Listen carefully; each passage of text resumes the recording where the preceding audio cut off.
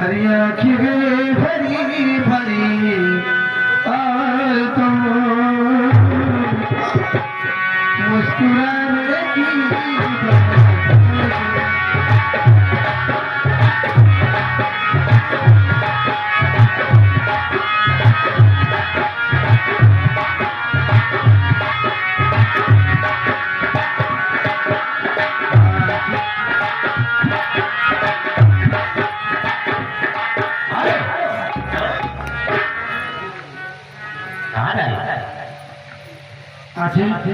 मैं आ गया थोड़ा लेट था।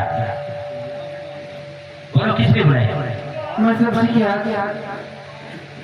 फादर से बोल रही थी ना कि परसों मिले थे, मैं आ गया। अपन देखो मैं तुम्हारी मदद नहीं हो सकती। ठीक है, आप बताओ कि कहाँ चले? यहाँ से कहीं दूर चलो। चलो नदी के किनारे। ठीक है चलो। घूम के आते हैं।